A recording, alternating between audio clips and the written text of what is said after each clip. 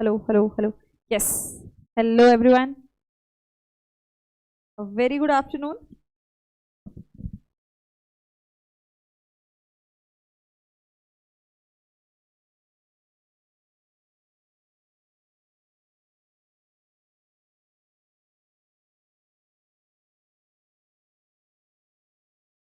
2 minute में शुरू करते हैं, बस कुछ और लोग ज्वाइन हो जाएं and then will start.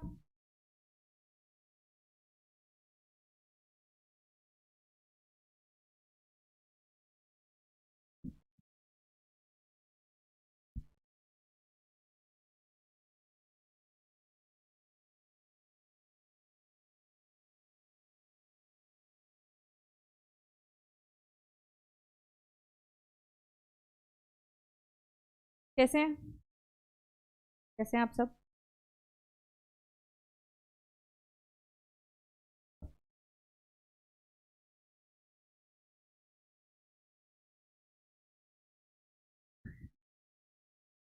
Thank you. Yes, I got it. Fan fan.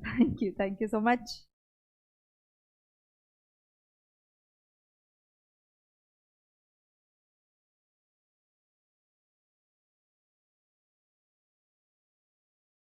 Thank you so much. ठीक है. ओके. जस्ट ठीक है. How was your weekend?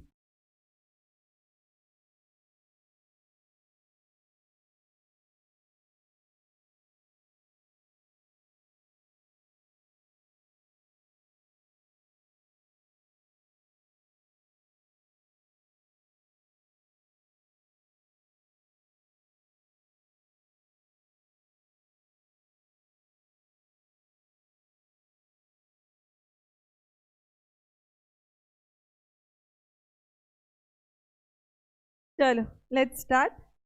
तो आज हम बिल्कुल शुरू करते हैं. हमारा पहला जो लेक्चर था दैट वाज इंट्रोडक्टरी लेक्चर, जिसमें हमने सारी चीज़ें डिस्कस की जो बेसिक चीज़ें थी, जो जनरल चीज़ें थी, जो आपको क्लास शुरू करने से पहले पता होनी चाहिए. अपना सिलेबस के बारे में, मेरे बारे में, क्वेश्चन पेपर के पैटर्न के बारे में, कौन से ओपन बुक एग्ज़ाम के लिए कौन से सब्जेक्ट के लिए ऑप्ट करना चाहिए, वो सारी चीज़ें हम ऑलरेडी डिस्कस कर चुके हैं. किसी स्टूडेंट ने अगर वो वीडियो नहीं देखा है तो आई वुड रिक्वेस्ट, ये वाला लेक्चर आप बिल्कुल अटेंड कर सकते हैं, लेकिन वो वाला वीडियो भी देख लेना ताकि सारी चीज़ें क्लियर हो जाएं. So you have to watch that first video for sure. अगर आप लाइव अटेंड करें, ये वाला देख लो आराम से, फिर उसको देखना. अगर आप बाद में ये देख रहे हैं, मतलब you are not attending live, then what you can do, you have to watch that.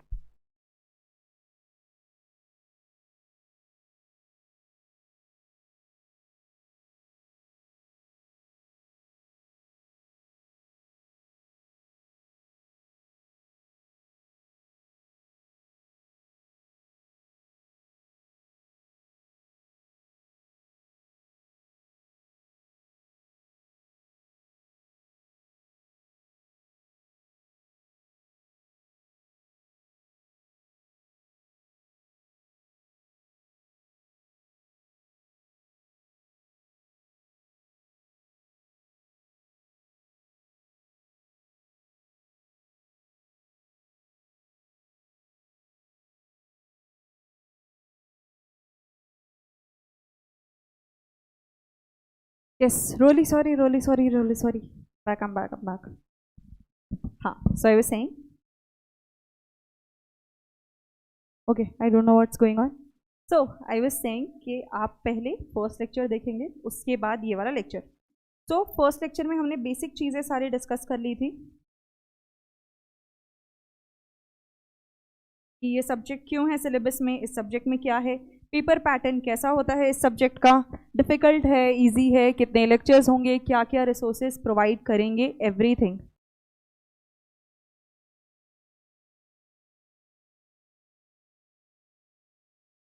Okay.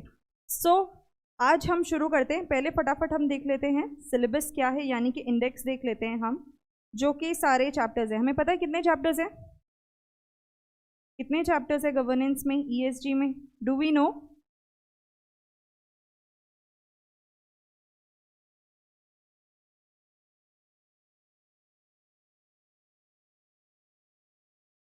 So there are 20 chapters, बोलने के लिए 20 चैप्टर्स है। पार्ट ए में जैसे मैंने बताया 17 चैप्टर्स, जिसमें से एक चैप्टर मर्ज हो चुका है, तो दैट इज 16। पार्ट बी में सिर्फ एक चैप्टर रिस्क मैनेजमेंट का, yes 20 as it you can say 19 also, क्योंकि एक चैप्टर मर्ज हो चुका है। और रिस्क मैनेजमेंट पार्ट बी में एक चैप्टर, पार्ट सी में 2 चैप्टर्स है। टोटल 20 और 19, जो हमें समझ आ चुका है 19 क्यों है, क्योंकि 6th वाला जो चैप्टर है दैट इज मर्ज। वो पहले ओल्ड सिलेबस में काफ़ी टाइम पहले it was a separate chapter, अभी वो 3rd चैप्टर के साथ मर्ज कर दिया गया है। तो इफेक्टिवली हमें 19 चैप्टर पढ़ने हैं। आज हम शुरू करेंगे चैप्टर नंबर 1 से, which is about corporate governance. तो अगर मैं आपको ब्रीफ में बताऊं, part A is about governance, और उसमें कंपनी लॉ रिलेटेड भी काफ़ी सारे प्रोविजंस हैं। यानी कि जैसे हमने फर्स्ट लेक्चर में भी डिस्कस किया था, कोई भी टॉपिक आप जो यहाँ पर पढ़ने वाले हैं वो सिर्फ एक लॉ से नहीं पढ़ेंगे, यानी कि सिर्फ कंपनीज एक्ट नहीं, सेबी एलओडीआर में अगर उससे रिलेटेड कोई प्रोविजन दिया हुआ है तो वो, इंटरनेशनली एक्सेप्टेड यानी कि ग्लोबली एक्सेप्टेड कोई गाइडलाइंस है, कोई प्रिंसिपल्स है, तो वो भी हमें पढ़ना है कि उसमें उस टॉपिक से रिलेटेड क्या चीज़ें दी हुई है, कौन से प्रिंसिपल्स दिए हुए हैं, क्या स्टैंडर्ड्स दिए हुए हैं। और दूसरे देश के जो कोड्स है कॉर्पोरेट गवर्नेंस के ऊपर, be it USA, be it UK, Malaysia etcetera, इनके भी जो प्रोविजंस हमारे लिए रेलेवेंट है वो हम इस सब्जेक्ट में करने वाले हैं। So starting with chapter number 1, are we ready? जल्दी जल्दी tell me, are we ready? अच्छा, बिफोर वी स्टार्ट, जो मैंने बताया था रिसोर्सेज मैंने सारे बता दिए। What we are going to provide, what you have to bring is a notebook, एक प्यारी सी आई थिंक 150 पेजेस की एक कॉपी, बिल्कुल फ्रेश रूल्ड कॉपी आप लेके आएंगे। 150 पेजेस का वो नोट होना चाहिए। उस नोट का पर्पस है that will be our summary book, जो हमें एग्जाम के एक दिन पहले बहुत काम आने वाली है। समझो आपका मॉड्यूल 800 पेजेस का, 830 पेजेस का, पूरा पढ़ नहीं सकते हम एग्जाम से पहले। मेरे नोट्स रहेंगे, ऑफकोर्स वो 800 पेजेस से कम रहेंगे, बट अगेन आपके पास कोई ऐसे समराइज्ड मटेरियल अवेलेबल होना चाहिए जिससे आप फटाफट चीज़ें रिवाइज कर सकें। जहाँ पर ज़रूरत है वहाँ आप डिटेल में देख सकते हैं, but you should have something in hand जिससे आपको पता है कि बहुत कम टाइम में आपका सारा सिलेबस कवर हो सकता है। तो वो हम डे 1 से प्रिपेयर कर रहे हैं, इसलिए you will have one note that will be your summary book, that will be your सार फॉर द एग्ज़ाम। तो वो नोट बस आपको मेंटेन करना है। एंड आंसर राइटिंग वगैरह हम कैसे करने वाले हैं, सो उसके लिए we will have regular test. तो उसमें you will write the answers and then will discuss कि उसको कैसे लिखा जाना चाहिए। तो उसके बाद अगर लगेगा तो हम प्रैक्टिस भी कर लेंगे उसके लिए सेपरेट मेंटेन करने की ज़रूरत नहीं है कोई भी नोटबुक, क्योंकि that you are not going to refer in your exam. So अगर आपकी कोई भी एडिशनल कॉपी होगी जो आप मल्टीपल सब्जेक्ट्स के लिए यूज़ कर रहे हैं, that you can use for this subject, but one separate note for this subject summary book. Clear? अभी शुरू करें, एक बार वापस यस बोल दो सब। शुरू करें शुरू करें शुरू करें। Shall we start?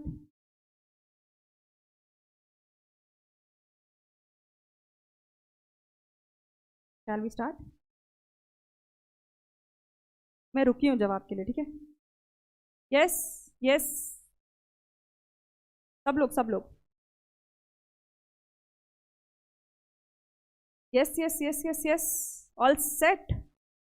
चलो, सो कॉर्पोरेट गवर्नेंस मैं शुरू करूँ उससे पहले बताएंगे, हम पहले पढ़ चुके हैं कॉर्पोरेट गवर्नेंस के बारे में। एग्जीक्यूटिव में कुछ भी पढ़ा है, कहीं पर भी सुना है कुछ भी?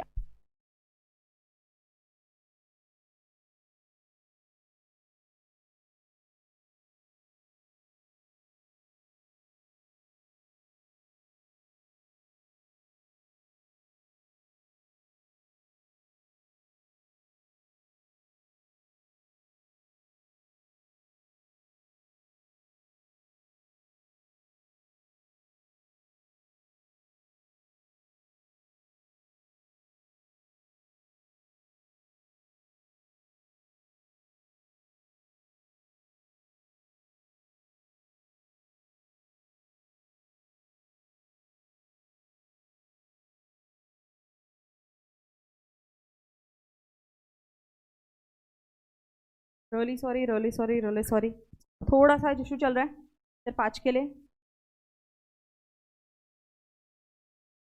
चलो चलो हम सब्जेक्ट की बात कर लेते हैं। आई एम रियली सॉरी, थोड़ा सा इशू था बस आज के लिए। It will be sorted today. Okay, so I was asking, हमने गवर्नेंस के बारे में आज तक क्या सुना है, क्या पढ़ा है, क्या पता है? कुछ भी हमें पता है? Anything?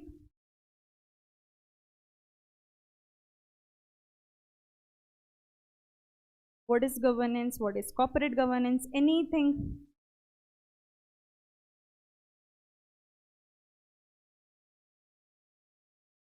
Yes?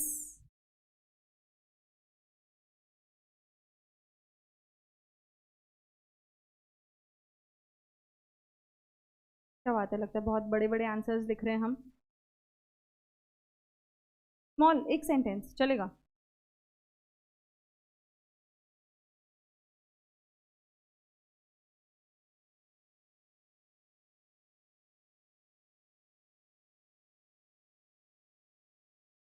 The company should comply with law like directors meetings, audits, etc. Very good. Ethical practices, very good. So हमने लॉ की बात कर ली, हमने एथिकल प्रैक्टिसेस, एथिकल स्टैंडर्ड्स जो होते हैं उनकी बात कर ली, और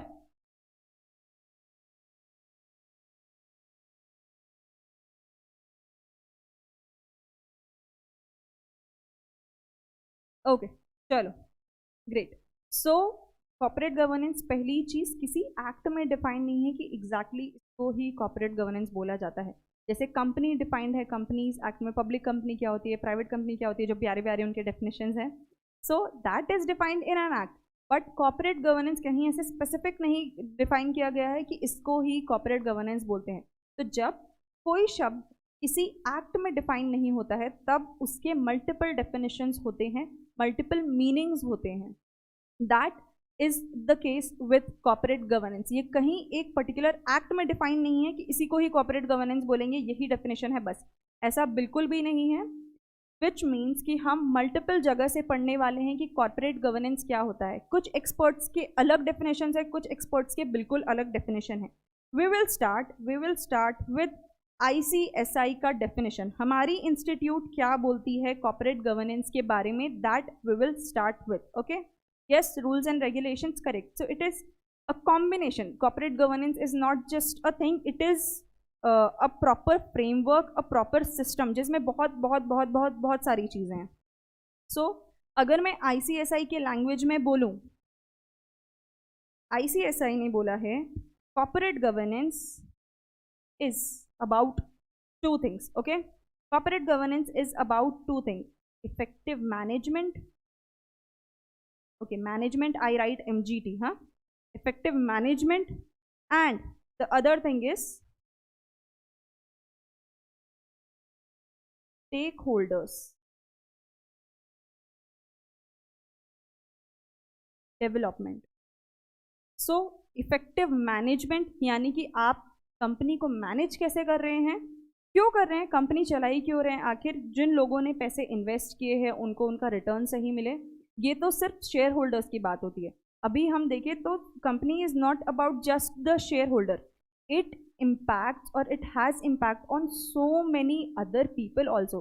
ना सिर्फ इन्वेस्टर्स बल्कि उनके जो सप्लायर्स है, उनके कस्टमर्स है, सोसाइटी इन जनरल, उनके जो एम्प्लॉयज़ हैं उनके बारे में भी किसी ना किसी को सोचना पड़ेगा। किसको सोचना पड़ेगा? कंपनी को। सो ना सिर्फ आप अपने शेयर होल्डर के बारे में सोचें कि हमें उनको प्रॉफिट बना के देना है, कैसे भी, सही तरीके से या गलत तरीके से, no, that is just shareholder specific, कि आप सिर्फ एक कैटेगरी के लोगों के बारे में सोच रहे हैं। You have to think for everyone, and by everyone I mean आपके वेंडर्स जिनसे आप सामान लेते हैं, सप्लायर्स, आपके कस्टमर्स जिनको आप सामान बना के देते हैं, और आपके एम्प्लॉयज। ये तो हो गए आपके बिजनेस रिलेटेड, आप जिनसे सामान ले रहे हैं, जो लोग वो सामान बना रहे हैं आपके एम्प्लॉयज, और जो आप सामान जिनको बेच रहे हैं आपके कस्टमर्स। ये तीन तो डेफिनेटली इम्पैक्ट होंगे कि आपके कंपनी में काम सही से हो रहा है या नहीं, राइट? आपके कंपनी में काम सही से हो रहा है या नहीं, इसका फर्क इनको पड़ेगा या नहीं पड़ेगा? आपके एम्प्लॉयज़ को फर्क पड़ेगा या नहीं कि आपके कैसे रूल्स हैं, आप कितनी छुट्टियां दे रहे हैं, आपके कोड ऑफ कंडक्ट कैसा है कि लोगों को कैसे बिहेव करना है ऑफिस में, या फिर उनके वेजेस क्या होने चाहिए, सारी चीज़ें जो हैं आपके एम्प्लॉयज़ इफेक्ट होते हैं आप जो भी डिसीजन लेते हैं अपने कंपनी में। ये तो हो गए internal, plus society in general, आप किस तरीके से काम कर रहे हैं, आप देश के लिए क्या कर रहे हैं, government. So these are the 5 categories, इसमें सबका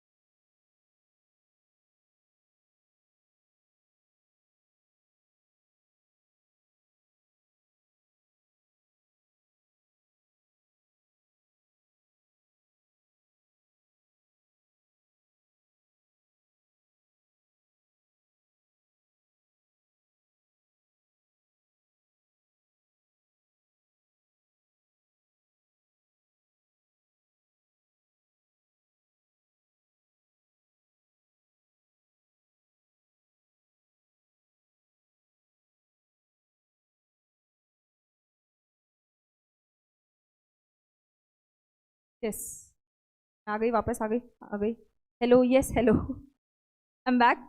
सो आप किस तरीके से काम कर रहे हैं उससे ना सिर्फ आपके वेंडर्स को या कस्टमर्स को या फिर आपके एम्प्लॉयज़ को फ़र्क पड़ता है, बल्कि पूरी सोसाइटी को, क्योंकि अगर आप सही से काम नहीं कर रहे हैं that can create a social issue, also the government. So ये सारे लोग आपके काम से इफेक्ट होते हैं। आपके कॉर्पोरेट गवर्नेंस यानी कि आप जिस तरीके से काम कर रहे हैं वो सही है या नहीं, इससे ये पांचों कैटेगरी के लोग डिस्टर्ब हो सकते हैं या इम्पैक्ट होते हैं।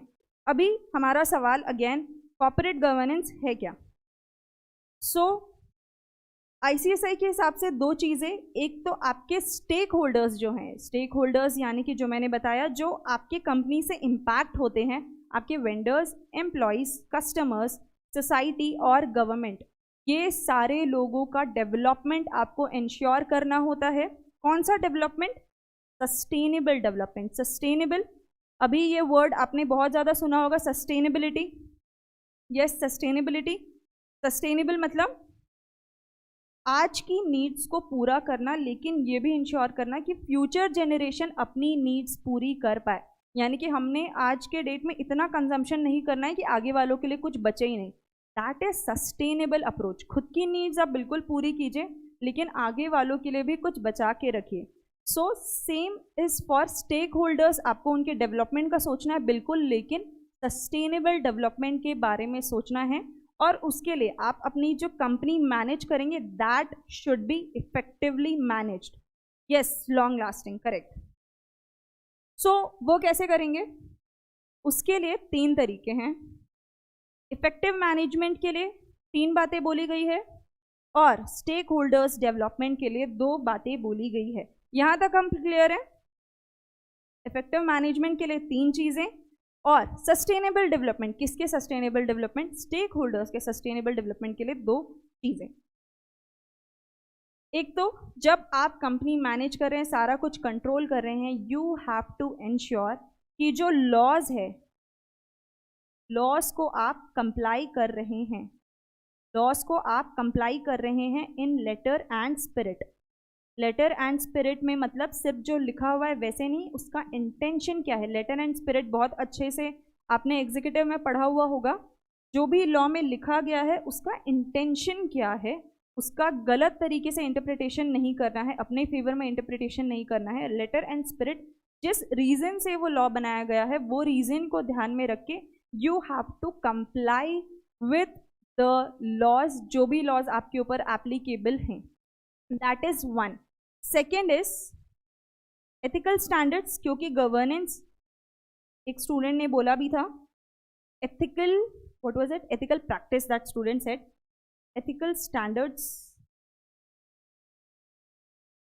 आपको इसका भी पालन करना है। एथिकल स्टैंडर्ड मतलब आपको ट्रांसपेरेंसी मेंटेन करनी है, आपको ऑनेस्टी के साथ काम करना है, आपको डिस्क्रिमिनेशन नहीं करना है, फेयरनेस के साथ काम करना है, आपको अपनी रिस्पॉन्सिबिलिटीज़ पता होनी चाहिए, वो सही से फुलफिल करनी है, आपकी जिसके प्रति अकाउंटेबिलिटी है, जवाबदारी है, वो आपको सही से निभानी है। ये सारे होते हैं एथिकल स्टैंडर्ड्स। तो that also you have to follow, you have to adhere when you are managing the company. So एक तो लॉ, यानी कि किसी भी एक्ट में आपको पता है ये 10 या 20 एक्ट आपके कंपनी के ऊपर एप्लीकेबल है, वो आपको कंप्लाई करने हैं बिल्कुल, लेकिन सिर्फ वही कंप्लाई करने हैं क्या? नो। उसके अलावा जो एथिकल स्टैंडर्ड्स होते हैं, जो प्रिंसिपल्स होते हैं, जो वैल्यूज होते हैं, वो भी आपको फॉलो करने हैं। And last thing, best management practices. Best management practices, best management practices means management practices यानी कि जिस तरीके से आप स्ट्रैटेजी बनाते हैं, मैनेजमेंट प्रैक्टिसेस मतलब सही तरीके से स्ट्रैटेजी बनाना, सारी चीज़ें कंसिडर करके आप कैसे लीड कर रहे हैं अपने टीम को, और सस्टेनेबल डेवलपमेंट के लिए सोचना, रिस्क मैनेजमेंट, ये सारी चीज़ें होती है management practices. And you have to have best management practices in place when you are managing the company, managing the affairs of the company. So management जो रहता है कंपनी का, board and other executive, senior executive, उनके लिए 3 बातें दी गई हैं और स्टेक होल्डर्स के डेवलपमेंट के लिए 2 बातें दी गई हैं। सो मैनेजमेंट के लिए 3 बातें, आपको लॉ को कंप्लाई करना है, एथिकल स्टैंडर्ड्स को अध्ययन करना है और बेस्ट मैनेजमेंट प्रैक्टिसेस अडॉप्ट करने हैं। ये 3 क्लियर है हमें। कॉर्पोरेट गवर्नेंस के लिए क्या 3 चीज़ें हमें करनी है? For the management, 3 things are given. Are we clear with 3 things?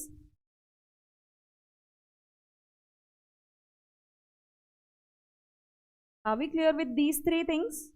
Management के लिए क्या बातें बोली है ICSI ने फॉर गुड कॉर्पोरेट गवर्नेंस? जल्दी जल्दी। Yes, okay. अभी स्टेक होल्डर्स के सस्टेनेबल डेवलपमेंट, उनके डेवलपमेंट के बारे में आपको सोचना है, लेकिन उसके लिए क्या चीज़ें दी गई हैं? 2 चीज़ें। वेल्थ डिस्ट्रीब्यूशन, यानी कि जो आप पैसे कमा रहे हैं खुद घर ले जा सकते हैं क्या?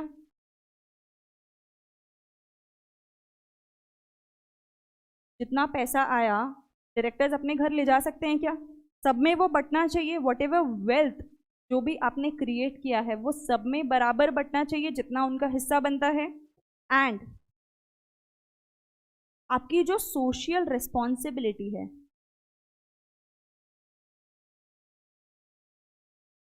वो आपको फुलफिल करनी होती है। सोसाइटी के प्रति जो आपकी सारी जिम्मेदारियां हैं वो आपको फुलफिल करनी होती है। क्यों? क्योंकि stakeholders includes the society, right? So आपको जो भी आप वेल्थ क्रिएट कर रहे हैं, जो भी प्रॉफिट अर्न कर रहे हैं, वो सिर्फ आप नहीं रख सकते, वो आपको आपके इन्वेस्टर्स को भी देना होता है, आपके एम्प्लॉयज़ को भी देना होता है, डायरेक्टर्स को ऑफकोर्स उनकी सैलरी मिलती है। सो आपको वेल्थ डिस्ट्रीब्यूशन सही से करना है। प्लस सस्टेनेबल डेवलपमेंट में स्टेक होल्डर्स में सोसाइटी भी आती है, तो आपकी जो जिम्मेदारी बनती है सोसाइटी के प्रति वो भी आपको फुलफिल करना है।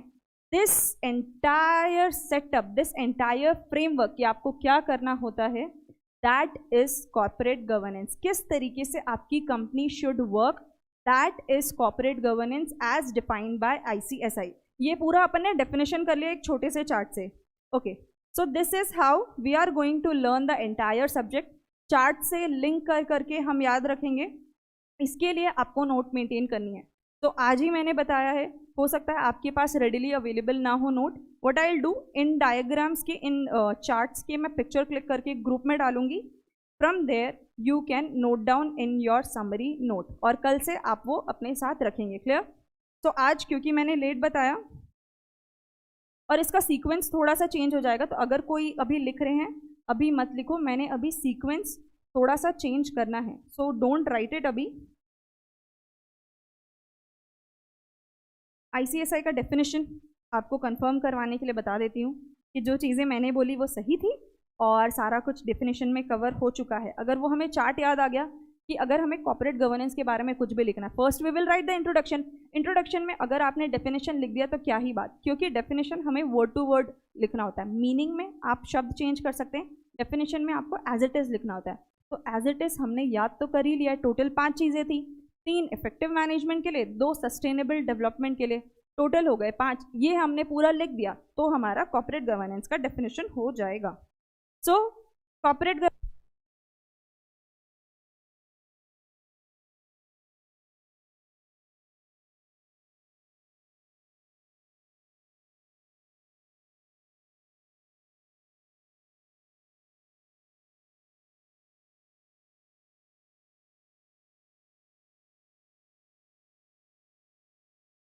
कॉर्पोरेट गवर्नेंस, अगर ये डेफिनेशन पढ़ें, it is the application of best management practices, 1, compliance of law in true letter and spirit, this is 2, and 3rd, adherence to ethical standards, this is 3। ये 3 क्यों कर रहे हैं? ताकि हम सही से मैनेज करें कंपनी को, फॉर इफेक्टिव मैनेजमेंट। ये हो गया फर्स्ट पार्ट, राइट? 3 पॉइंट्स हो गए इफेक्टिव मैनेजमेंट के। And distribution of wealth and discharge of social responsibility, this is 4 and 5। ये किसके लिए कर रहे हैं? For development of stakeholders. कैसा डेवलपमेंट? कैसा डेवलपमेंट?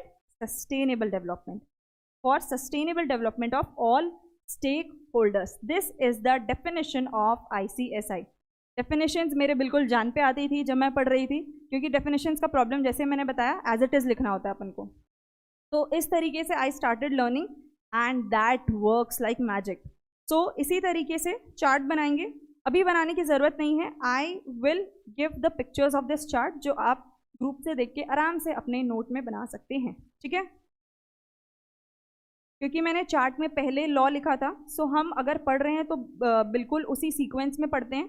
पहले मैनेजमेंट प्रैक्टिसेस है, उसके बाद लॉ है, उसके बाद एथिकल स्टैंडर्ड्स है, ये 3 चीज़ें हैं। और उसके बाद ऑफकोर्स वेल्थ डिस्ट्रीब्यूशन और सस्टेनेबल डेवलपमेंट के लिए सोशल रिस्पॉन्सिबिलिटी डिस्चार्ज करना। Are we clear till here? सही था ऐसे डेफिनेशन पढ़ना। 5 चीज़ें याद रहेंगी इस डेफिनेशन की। Tell me tell me tell me.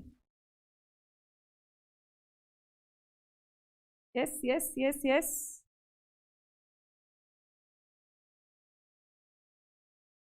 Yes. और जो मैंने बताया कौन से स्टेक होल्डर्स आपके गवर्नेंस प्रैक्टिसेस से इम्पैक्ट होते हैं, अफेक्ट होते हैं, 5 थे जो स्टेक होल्डर्स हैं। आपके वेंडर्स, आपके कस्टमर्स, आपके एम्प्लॉयज़ जिनसे सामान ले रहे हैं, जिनको सामान दे रहे हैं, और जो आपके यहाँ पर काम कर रहे हैं, वो हो गए 3। इसके अलावा सोसाइटी और गवर्नमेंट, ये हो गए 5। क्लियर यहाँ तक? Okay great. ये हो गया ICSI का डेफिनेशन। अभी एक स्टोरी बताती हूँ मैं। एज आई सेड, मैं स्टोरी के तरीके से पढ़ाती हूँ so that it stage with you. So for example, हम एक कंपनी बनाने वाले हैं, हम मिलके जितने लोग हैं यहाँ पर, हम इतने सारे लोग हैं कि पब्लिक कंपनी तो आराम से बन जाएगी हमारी। सो एक पब्लिक कंपनी हम क्रिएट करने वाले हैं। Now what you need to create a company. Company बनाने के लिए बेसिक चीज़ें क्या चाहिए आपको? बेसिक कैसे शुरू करते हैं कंपनी के लिए? क्या मिनिमम रिक्वायरमेंट दी हुई है कंपनीज एक्ट में? What are the minimum requirements required for incorporating a company? बताओ बताओ। Basic requirements.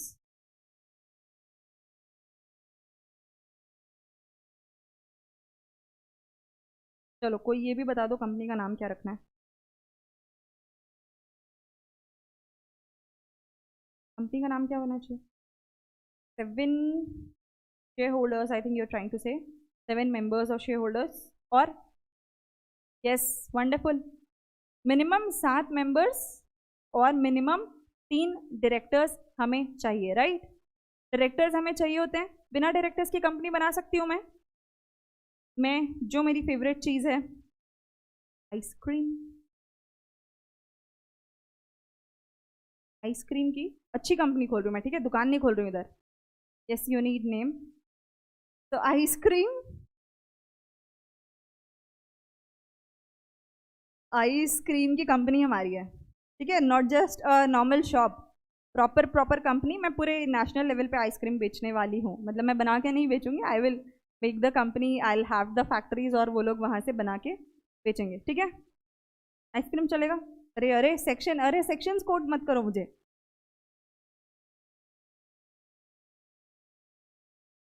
ओके, सो अगर मुझे एक कंपनी की शुरुआत करनी है, बोर्ड ऑफ डायरेक्टर्स मुझे चाहिए ना। Imagine we have like, let's say हम कुछ लोग,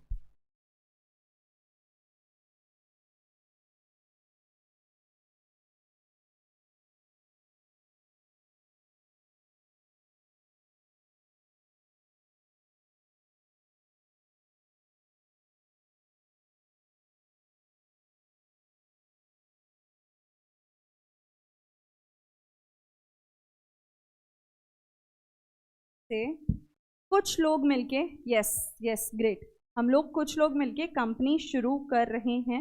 हमें शेयर होल्डर्स बिल्कुल मिल गए हैं जो हमें पैसे देने वाले हैं। इसके अलावा हमें चाहिए थे directors. So we have got some directors. अब हम शुरू कैसे कर रहे हैं? नाउ सी, हम लोग बिल्कुल एक जगह इकट्ठे होंगे, right? We will come together और हमने बिल्कुल डिसाइड किया है आइसक्रीम की एक कंपनी खोलनी है। जो नाम आपको पसंद है आप रख सकते हो, बिल्कुल। मेरे दिमाग में अभी कोई नाम नहीं आ रहा है। सो हम,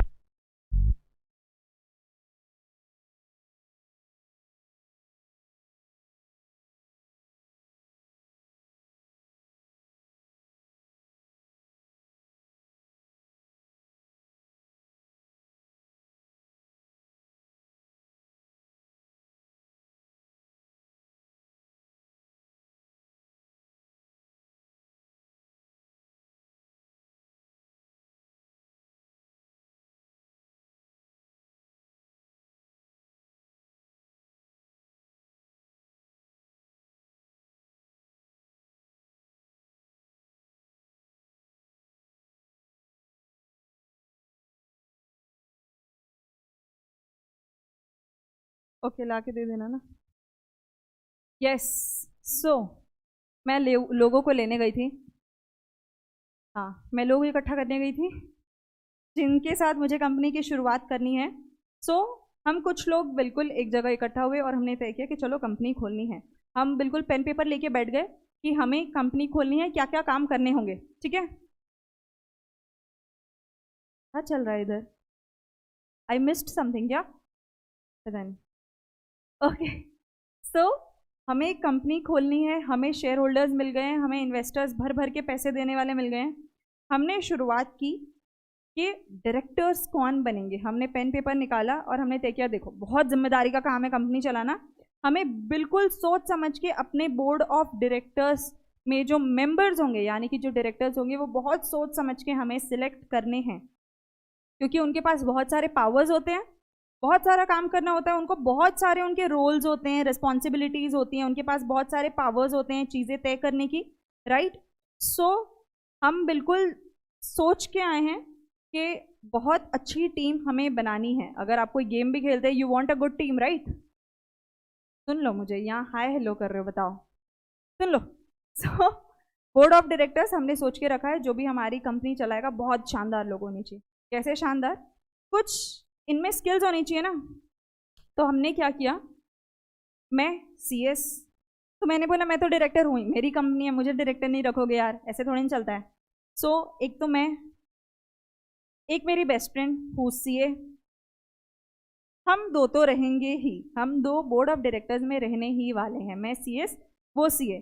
इसके अलावा हमें लॉ समझाने के लिए भी लोग चाहिए। मतलब कंपनी बना दिया, इसका मतलब ये नहीं ना कि आप अपने मर्जी से काम कर सकते हो।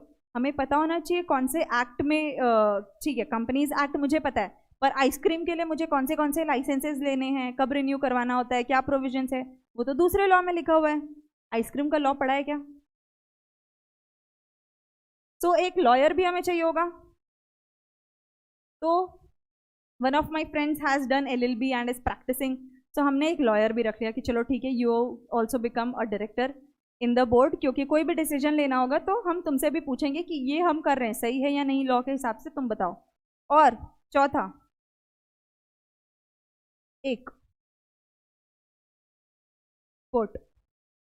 एक्सपर्ट किसमें? आइसक्रीम बनाने में, मुझे थोड़ी ना आती है। सो एक एक्सपर्ट चाहिए हमारे इंडस्ट्री का। मैम आप जोर से भी हंस सकते हो, कोई प्रॉब्लम नहीं है। So we need one this expert जो हमें बताएगा कि सही से काम करना है तो क्या क्या चीज़ें हमें लगेंगी, कितने लोग हमें लगेंगे, मशीन्स, एवरीथिंग जो टेक्निकल ऑपरेशनल काम है उसमें भी एक स्किल्ड बंदा हमारे पास होना चाहिए ना इस इंडस्ट्री का, यस और नो। सो एक तो CS क्यों चाहिए भाई? क्या रेगुलेटरी कंप्लायंसेस होते हैं उसकी नॉलेज तो मुझे ही है, मुझे ही पता है कि कब एनुअल रिटर्न फाइल करना होता है, एनुअल रिपोर्ट कब देना होता है, एनुअल रिटर्न एनुअल रिपोर्ट में डिफरेंस क्या है, कितनी मीटिंग रखनी पड़ेगी हमें, शेयर होल्डर्स मीटिंग रखनी पड़ती है, शेयर्स कैसे इशू होता है, ये सब मुझे पता है। तो मैं तो बोर्ड ऑफ डायरेक्टर्स में बिल्कुल मेंबर रहने वाली हूँ एज अ CS। एक CA भी हम रखेंगे क्योंकि उसके पास फिनेंशियल स्किल्स है, उसको पता है पैसे की सारी चीज़ें।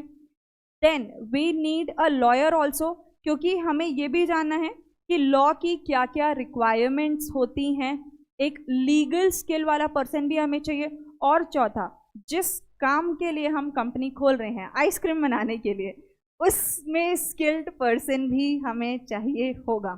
तो ये चार लोग तो हमें बोर्ड ऑफ डायरेक्टर्स में लगेंगे, ये हमने तय कर लिया। हमने सबके नाम लिख दिए उस पेपर और पेन जो हम लेके आए थे, हमने चारों का नाम लिख दिया। इसके अलावा और भी बहुत सारे डायरेक्टर्स हमने नाम लिख दिए कि ये लोग हमारे डायरेक्टर्स बनेंगे। अभी डायरेक्टर्स बना लिए, कंपनी खोल ली, हमें पता भी तो होना चाहिए कंपनी में काम क्या करना है। डायरेक्टर्स हम बन तो गए, पहली बार जीवन में डायरेक्टर बने, हमें पता तो होना चाहिए डायरेक्टर का काम क्या है। तो हमें कुछ ट्रेनिंग भी चाहिए होगी। When we are appointed as directors, पहली बार तो हम डायरेक्टर बनने, अभी तक CS वाला काम किया, we don't know what directors do we know? हाँ, ऐसे थियोरेटिकल हमें बहुत पता है डायरेक्टर्स का काम क्या है, ड्यूटीज का क्या है, लायबिलिटीज क्या है, बट प्रैक्टिकली क्या काम करना होता है कंपनी में, उसके लिए कुछ ट्रेनिंग तो लगेगी कि एक आइसक्रीम के कंपनी में उनका काम क्या होता है। तो वी नीड ट्रेनिंग ऑल्सो। हमारा इंडक्शन होना चाहिए, हमारी ट्रेनिंग होनी चाहिए एज डायरेक्टर्स, यस और नो? होनी चाहिए नहीं होनी चाहिए? नहीं होनी चाहिए, ऐसे काम कर लेंगे, होनी चाहिए ना। तो हमारा इंडक्शन होना चाहिए, हमें बताया जाएगा उस इंडक्शन में, बहुत प्यारे प्यारे HR के मीटिंग्स होते हैं, उसमें आपको बताते हैं क्या काम करना है, क्या काम नहीं करना है, कैसे करना है, कंपनी क्या काम करती है, etcetera etcetera, everything you will be told. तो वो ट्रेनिंग हमने कर ली, काम हमारा सही से चल रहा है। कुछ दिन बाद हमने बोर्ड मीटिंग रखी, वापस मिलेंगे ना। साल में कितनी बोर्ड मीटिंग रखनी होती है? एक पब्लिक कंपनी को साल में कितनी बोर्ड मीटिंग रखनी होती है? कंपनी लॉ बताओ बताओ बताओ।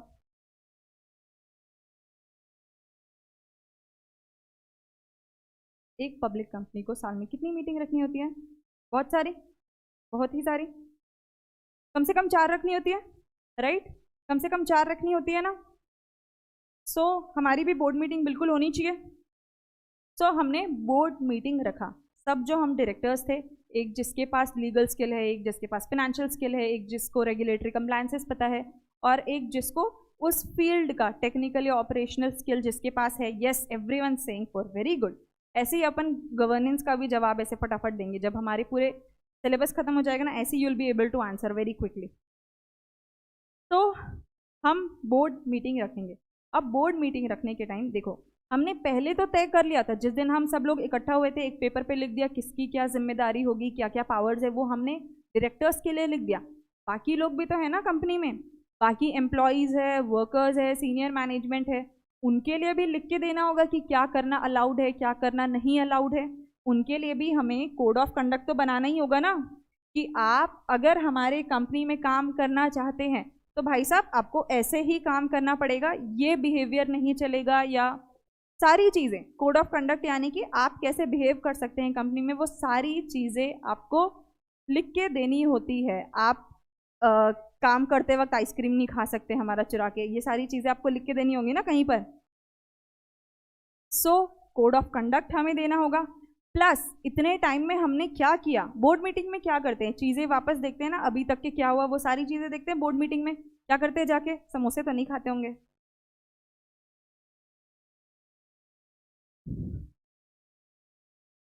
आराम से सर। अरे हमारा परफॉर्मेंस कैसा रहा, इतने टाइम से हमने कंपनी खोल दी, कितने आइसक्रीम बिके, परफॉर्मेंस देखना पड़ेगा हमें। हम बोर्ड मीटिंग में आए हैं तो सिर्फ हाय हेलो तो नहीं करेंगे ना। एक तो हमने चलो बता दिया कि सबको क्या करना है क्या नहीं करना है, पहले नहीं बताया था अब बता दिया। दूसरा हम देखेंगे कि वो लोग परफॉर्म कैसे कर रहे हैं, हमारी कंपनी कैसा परफॉर्म कर रही है, वो हमें देखना पड़ेगा या नहीं, देखना पड़ेगा। इसके अलावा पैसा, फाइनेंशियल रिपोर्टिंग, यानी कि जब आप कंपनी का परफॉर्मेंस देख रहे होते हैं तो आपके जो हेड ऑफ डिपार्टमेंट है, सेल्स डिपार्टमेंट के हेड आए, उनसे आपने पूछा हमारी कंपनी कैसा परफॉर्म करे, उन्होंने बता दिया बहुत अच्छा परफॉर्म करी, बहुत अच्छा बहुत अच्छा।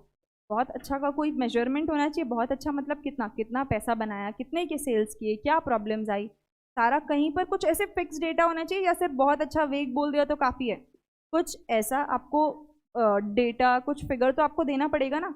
सो बोर्ड मीटिंग में क्या होता है, प्रैक्टिकली आई टेल यू, जो हेड ऑफ डिपार्टमेंट्स होते हैं वो अपने अपने डिपार्टमेंट का सारा डेटा इकट्ठा करके बहुत प्यारे से पीपीटीज बना के आते हैं और बोर्ड मीटिंग में प्रेजेंट करते हैं कि देखो हमारे डिपार्टमेंट है सेल्स डिपार्टमेंट, हमने ये सारा पूरा परफॉर्म किया है।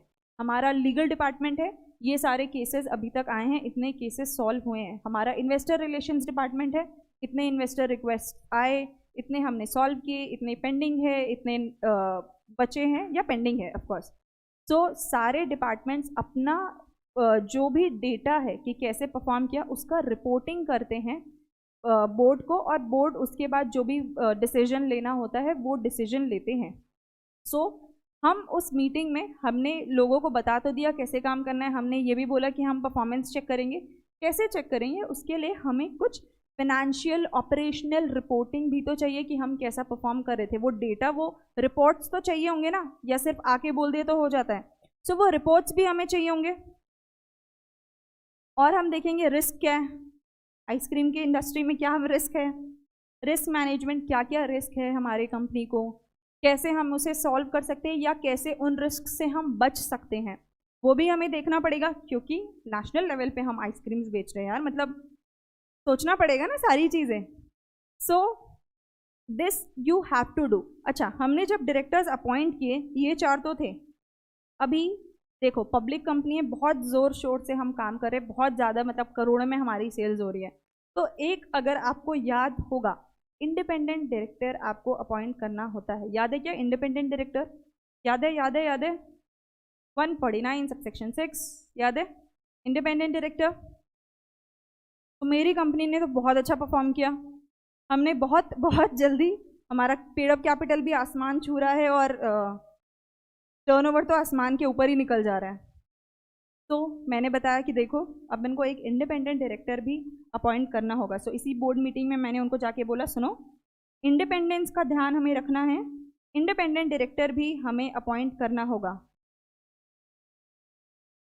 जो पीपीटीज होते हैं यस वो डिपेंड करता है कौन सा मीटिंग है, जैसे क्वार्टरली बोर्ड मीटिंग है तो आप पिछले क्वार्टर का बताते हैं, सेकेंड क्वार्टर की मीटिंग है तो आप बताते हैं पिछले क्वार्टर का क्या परफॉर्मेंस था, इस क्वार्टर का क्या परफॉर्मेंस था, टोटल मिला के कितना हुआ, पिछले में ज़्यादा था अभी में ज़्यादा है, टोटल कैसा है, वो पूरा रहता है। Yes okay, so I was saying independence का भी ध्यान रखना है कि हमारे बोर्ड में ऐसे भी लोग हैं जो सिर्फ अपने लिए नहीं सोच रहे हैं,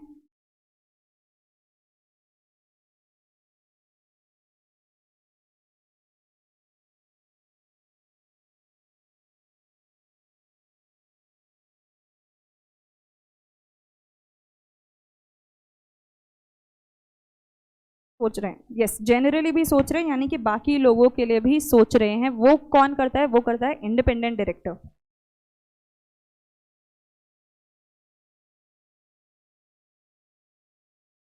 ठीक है। सो क्या किया हमने हमने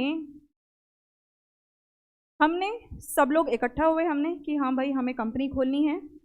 एक सेकेंड, ये बंद हो जाएगा, एक सेकेंड।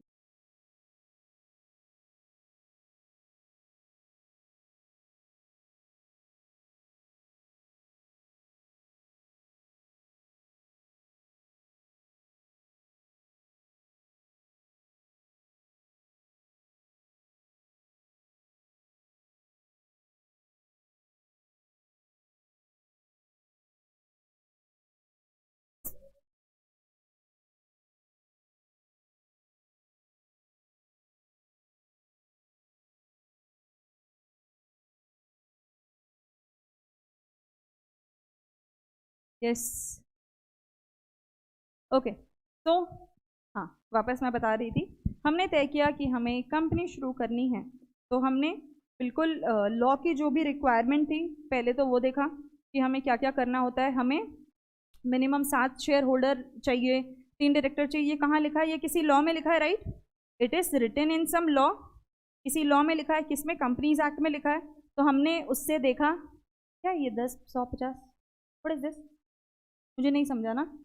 ओके, सो हमने देखा कितने डायरेक्टर्स की रिक्वायरमेंट है। हमने वो डायरेक्टर्स बिल्कुल लिख लिए कि कौन से डायरेक्टर्स होंगे, किसका क्या काम होगा, उनके रोल्स, उनके पावर्स सबको बता दिए, एक डॉक्यूमेंट में लिख दिया। रघु अभी फ्लो चल रहा है क्लास का, रहने देते हैं, आप पिंग कर देना मुझे, ठीक है? You can ping me your question definitely. अभी शांति से कॉर्पोरेट गवर्नेंस सुनते हैं, चलेगा? ओके, सो लॉ हमने देखा क्या रिक्वायरमेंट है। हमने बोर्ड ऑफ डायरेक्टर्स को बता दिया आपका ये काम है, आपका ये काम है, आपके ये पावर्स है, ऐसा सब बता दिया। अभी मेरे बोर्ड में कौन कौन है? 4 लोग हैं। कौन कौन है? कौन कौन है?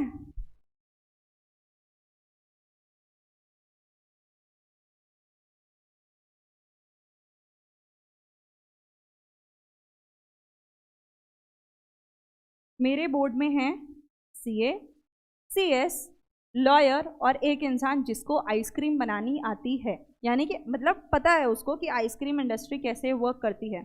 सो सीए क्यों? फाइनेंशियल स्किल्स के लिए। सीएस क्यों? रेगुलेटरी कंप्लायंसेस बताने के लिए। लॉयर क्यों? लीगल स्किल्स उसके पास होनी चाहिए।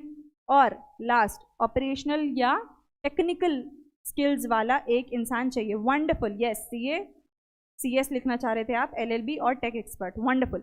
ये हमने रख लिए, बिल्कुल हो गया हमारा काम। अब सिर्फ उनको अपॉइंट करना नहीं होता है, उनको इंडक्शन और ट्रेनिंग देनी होती है कि कंपनी किस इंडस्ट्री में काम कर रही है, क्या क्या काम करती है कंपनी, वो उनको ट्रेनिंग देनी होती है। ये हो गया। कुछ टाइम बाद, क्योंकि लॉ की रिक्वायरमेंट है, बोर्ड मीटिंग रखनी होगी। हमने बोर्ड मीटिंग रखी। हमने बोर्ड मीटिंग में क्या किया? हमारा परफॉर्मेंस चेक किया, हमारा परफॉर्मेंस चेक किया। ऐसे ही हवा हवा में नहीं, हमने रिपोर्ट्स मंगवाए। मैनेजमेंट को बोला कि हमें रिपोर्ट लिख के दो, किसी डॉक्यूमेंट में फिगर्स लिख के दो, डेटा प्रोवाइड करो। ये हमने बोला उनको कि हमें रिपोर्ट्स ला के दो। प्लस उनको ये भी बताया कि आपको काम कैसे करना है। उनको कोड ऑफ कंडक्ट पकड़ाया कि देखो अगर आपको इस कंपनी में काम करना है तो आपको काम कैसे करना होगा। सारा कुछ हमने देखा। उसके बाद हमने देखा कि हमारी कंपनी को रिस्क क्या क्या है, कौन से रिस्क आने वाले हैं, हम उनसे बच सकते हैं, कौन से रिस्क हमने आइडेंटिफाई किए हैं और उसको हम कैसे मिटिगेट कर सकते हैं या उस रिस्क का कैसे सोल्यूशन निकाल सकते हैं। एंड लास्ट, हमें बिल्कुल याद आया, हमारी कंपनी इतना अच्छा परफॉर्म कर गई कि हमें इंडिपेंडेंट डायरेक्टर भी अपॉइंट करना पड़ गया as per the companies act. ये सारा जो कहानी है, दीज आर व्हाट, ये जो आप कर रहे हैं कि बोर्ड के पावर्स लिख के दे रहे हैं, रोल्स कहीं पर एक डॉक्यूमेंट में लिख के दे रहे हैं, आप तरह तरह के बोर्ड में लोग अपॉइंट कर रहे हैं, डिफरेंट डिफरेंट स्किल्स हैं उनके पास, मल्टीपल स्किल्स वाले लोगों को आप अपॉइंट कर रहे हैं, आप इंडिपेंडेंस का ध्यान रखने हैं, आप कोड ऑफ कंडक्ट बना रहे हैं, आप लॉ के हिसाब से काम कर रहे हैं, आप कॉर्पोरेट परफॉर्मेंस चेक कर रहे हैं, आप रिपोर्ट्स मंगवा रहे हैं मैनेजमेंट से, आप रिस्क मैनेज कर रहे हैं, आप बोर्ड मीटिंग रख रहे हैं, डायरेक्टर्स की इंडक्शन और ट्रेनिंग रख रहे हैं। ये सब मिल के बनता है कॉर्पोरेट गवर्नेंस। तो इस कहानी से हमने पढ़ा elements of corporate governance, elements या स्कोप भी बोलते हैं इसको।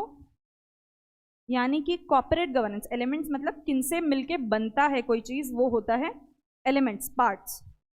सो कॉर्पोरेट गवर्नेंस इन सारी चीजों से मिलके बनता है। अभी आपके पास बुक नहीं है, कोई इशू नहीं है, आराम से अभी सुन लो, क्योंकि अभी हमें चार्ट से ही पढ़ना है। सो एलिमेंट्स का टॉपिक दिख रहा है, elements, scope of corporate governance दिख रहा है उसमें? हाँ बोल दो, दिख रहा है? You can see no? Okay, so yes, so पहला जो मैंने बताया, role of power, role and powers of board, उससे पहले मैंने बताया था लॉ। लॉ की रिक्वायरमेंट हमने देखी, 3 डायरेक्टर चाहिए, 7 शेयर होल्डर चाहिए, ये लॉ में लिखा था। तो फर्स्ट पॉइंट इज लेजिस्लेशन, पहला लेजिस्लेशन। अभी वो चीज़ याद करने के लिए था जो लिंक्स थे ना, सी ये जो हमने चार्ट बनाया है उससे आपको हेडिंग्स याद होंगे, अंदर का कंटेंट आपको समझना है कि क्या लिखना होता है। सो उस चार्ट से हमें हेडिंग्स याद हो जाएंगे। लॉ के हिसाब से हमने बोर्ड मेंबर्स चूज किए, उनके पार्ट्स ऑफ रिस्पॉन्सिबिलिटीज़ बताए, उनके ड्यूटीज़ बताए। उसके बाद हमने बोर्ड के लिए 4 जो स्किल्स रिक्वायर्स थे वो स्किल वाले लोग इकट्ठा किए, बोर्ड मीटिंग रखी, उससे पहले उनकी ट्रेनिंग करवाई, बोर्ड मीटिंग में जो सारी चीज़ें तय की, वो जो स्टोरी है that helps you with memorizing the headings. एक बार हेडिंग याद हो गया, उसके बाद अंदर का कंटेंट हम लिख सकते हैं। सो लेजिस्लेशन का जो पॉइंट है, it talks about clear and unambiguous legislation होना चाहिए, यानी कि लॉ में अगर लूप होल है, लॉ में अगर दो तरीके से इंटरप्रेट किया जा सकता है कि इस वर्ड का मीनिंग ये भी निकाला जा सकता है, ये भी निकाला जा सकता है, तो उस केस में आप अच्छे से you won't follow the law और आप वो वाला इंटरप्रिटेशन निकालेंगे जो आपके फेवर में है, राइट। सो लॉ कभी भी एम्बिगुअस नहीं होना चाहिए जिसमें अलग अलग मीनिंग निकाले जा सकते हैं, वैसा नहीं होना चाहिए, अदरवाइज वो अच्छे से कंप्लाई नहीं किया जा सकता है। So law should be clear and law should be unambiguous. अगर उसको इंटरप्रेट करने में दिक्कत आ रही है तो उसको लोग गलत इंटरप्रेट कर सकते हैं या अपने मतलब के लिए मैनिपुलेट कर सकते हैं मीनिंग को, यानी कि उसको तोड़ मरोड़ के अपने हिसाब से अपने फेवर में उसको इंटरप्रेट कर सकते हैं। इसलिए लॉ कैसा होना चाहिए? क्लियर और अनएम्बिगुअस, यानी कि एम्बिग्विटी नहीं होनी चाहिए, अलग अलग मीनिंग नहीं निकलने चाहिए लॉ के। That was one. लॉ के हिसाब से हमने क्या देखा था? बोर्ड, बोर्ड के पावर्स और रोल्स बताए थे। So role and power of board हम सब जानते हैं, board is the link between the company and the stakeholders. So उनके powers, responsibilities, everything you have to note down somewhere, that is called board charter. एक document दिया जाता है जब भी डायरेक्टर्स अपॉइंट होते हैं, उनको उनके टर्म्स ऑफ रेफरेंस वो सारी चीज़ें दी जाती है कि उसमें ये भी लिखा होता है कि तनख्वाह क्या है एक्सेट्रा, बट उससे ज़्यादा इंपॉर्टेंट है उनके पावर्स, रोल्स, रिस्पॉन्सिबिलिटीज़, ये सारी चीज़ें लिखी जाती है, दैट इज बोर्ड चार्टर। एक बेस डॉक्यूमेंट जिसमें सारा कुछ लिखा हुआ होता है। तो दैट वाज वन। इसके बाद हमें बोर्ड में लोग कैसे चाहिए थे? 4 टाइप के लोग चाहिए थे, 4 टाइप के स्किल्स वाले। ये financial skills, knowledge of regulatory requirement CS, lawyer, और आइसक्रीम बनाने की जानकारी, टेक्निकल एक्सपर्ट, राइट। ये 4 तरीके के लोग चाहिए थे, जिसके पास फाइनेंशियल स्किल्स हो, लीगल स्किल्स हो, रेगुलेटरी रिक्वायरमेंट का नॉलेज हो और टेक्निकल या ऑपरेशनल स्किल्स हो उनके पास। ऐसा ब्लेंड से आपको बोर्ड बनाना होता है। इस एक टॉपिक के ऊपर क्वेश्चन आ चुका है एग्जाम में, बोर्ड स्किल्स के ऊपर क्वेश्चन आ चुका है कि इट शुड बी, उन्होंने सेंटेंस दे दिया था, board must possess the necessary blends of quality, skills, knowledge and experience, explain. इन्होंने क्या किया? एक सेंटेंस लिख दिया और आगे लिख दिया एक्सप्लेन। तो हमें बताना है कौन से स्किल्स का ब्लेंड होना चाहिए, 4 जो हम बिल्कुल याद कर चुके हैं और एग्जाम तक नहीं भूलने वाले हैं, CA, CS, लॉयर और एक टेक एक्सपर्ट। इसके बाद हमारा इंडक्शन होगा, यानी कि आप जब कहीं ज्वाइन करते हैं आपका इंडक्शन होता है, आपको बताया जाता है कंपनी कैसे परफॉर्म करती है, और आपके ट्रेनिंग प्रोग्राम्स पीरियोडिकली होते हैं, आपको बताया जाता है कंपनी जिस फील्ड में काम करती है उससे रिलेटेड आपकी जो भी रिस्पॉन्सिबिलिटीज़ होंगी उसकी ट्रेनिंग आपको प्रोवाइड की जाती है, तो वहाँ पर directors should be present. Board independence, independent directors होने चाहिए, बहुत ज़रूरी है गुड कॉर्पोरेट गवर्नेंस के लिए। बहुत ज़रूरी कि कोई आपको टोके कि ये जो आप कर रहे हो ये सोसाइटी के लिए सही नहीं है, या फिर ये लॉ के हिसाब से गलत है, आपने गलत इंटरप्रिटेशन किया है। ये वही इंसान बता सकता है जिसको बिजनेस से कोई लेना देना नहीं है, जिसको कोई मतलब नहीं है कि आप कितना प्रॉफिट बनाने वाले हैं। That person is independent person. So independence. फिर हमने रखी थी बोर्ड मीटिंग, है ना। बोर्ड मीटिंग में सारी चीज़ें डिस्कस होती हैं, और बोर्ड मीटिंग में हमने क्या प्रिपेयर किया था, कोड ऑफ कंडक्ट। यानी बोर्ड ऑफ डायरेक्टर्स को तो बता दिया कि आपका ये काम है, आपके ये पावर्स है, ये रिस्पॉन्सिबिलिटीज, ये रोल्स हैं। बाकी लोगों के लिए कोड ऑफ कंडक्ट बनाना होगा। सो हमें हमारे ऑर्गेनाइजेशन के लिए एक कोड ऑफ कंडक्ट डिफाइन करना होता है, एक डॉक्यूमेंट जो सबको दिया जाता है जब वो कंपनी ज्वाइन करते हैं कि देखो अगर इस कंपनी में काम करना है तो इस तरीके से आपको कंडक्ट करना होगा, इस तरीके से बिहेव करना होगा। Financial and operational reporting. Okay, एक पॉइंट आई थिंक, या मॉनिटरिंग द बोर्ड परफॉर्मेंस। हम चेक करेंगे परफॉर्मेंस किसका, बोर्ड का। वहां पर मैंने याद करने के लिए बोला था performance of the company, here it is the performance of the board. यानी कि जो उनको ट्रेनिंग वगैरह प्रोवाइड की है उसके हिसाब से देखना कि वो सही से काम कर रहे हैं या नहीं। बोर्ड का भी इवैल्यूएशन होता है, आपको पता है। The board must monitor and evaluate it's combined performance. पूरा बोर्ड कैसे परफॉर्म कर रहा है कंपनी का, प्लस हर एक डायरेक्टर का इवैल्यूएशन होता है, परफॉर्मेंस इवैल्यूएशन। इंडिविजुअल डायरेक्टर्स का परफॉर्मेंस इवैल्यूएशन होता है, चेयरमैन का परफॉर्मेंस इवैल्यूएशन होता है, यूजिंग की performance indicators besides peer review. Peer review यानी कि कौन कितना काम कर रहा है, एक दूसरे को वो लोग पॉइंट्स देते हैं, वैसा आपको इवैल्यूएशन करना होता है। किसके बेसिस पे, कुछ इंडिकेटर्स है, केपीआई बोलते हैं इनको, की परफॉर्मेंस इंडिकेटर्स। यानी कि किस बेसिस पे आप चेक करोगे बोर्ड अच्छे से काम कर रहा है या नहीं।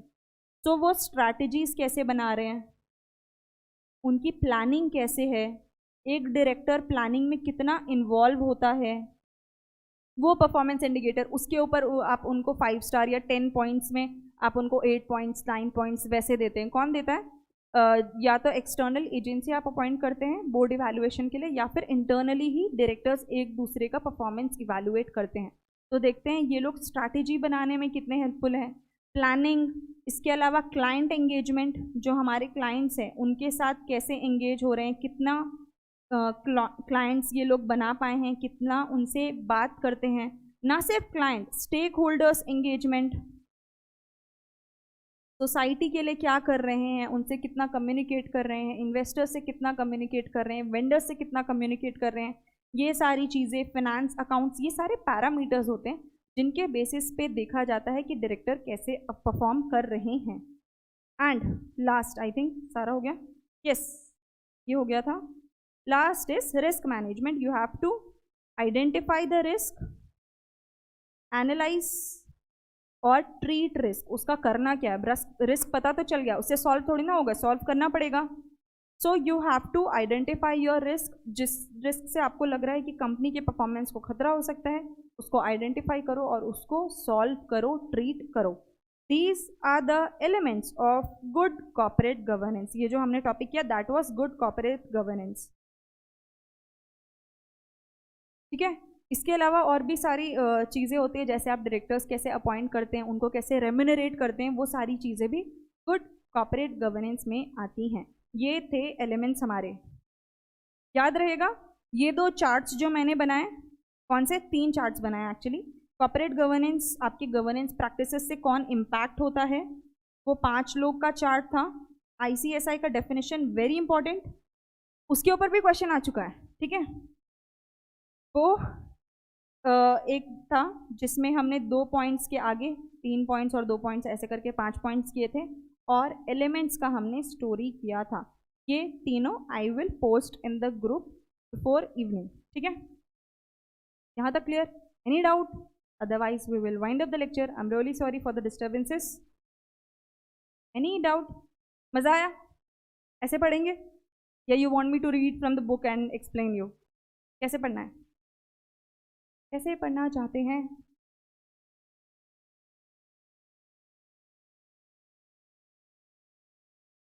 बुक से रीड करके पढ़ाऊँ मैं, डेफिनेशन सारे मीनिंग्स उन चीज़ों के ट्रांसलेट करूँ, या फिर ऐसे चार्ट के थ्रू, स्टोरीज के थ्रू पढ़ाऊँ?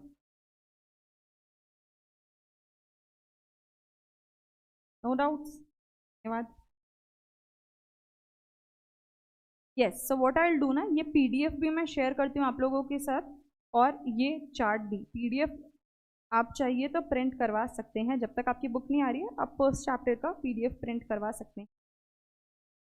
ओके, चलो ग्रेट, चलो क्या बात है, क्या बात है, thank you thank you thank you. चलो, see you all tomorrow, thank you so much. कोई भी डाउट हो, you can ask me, you can ping me और drop your question in the group, both works, ठीक है। Thank you so much.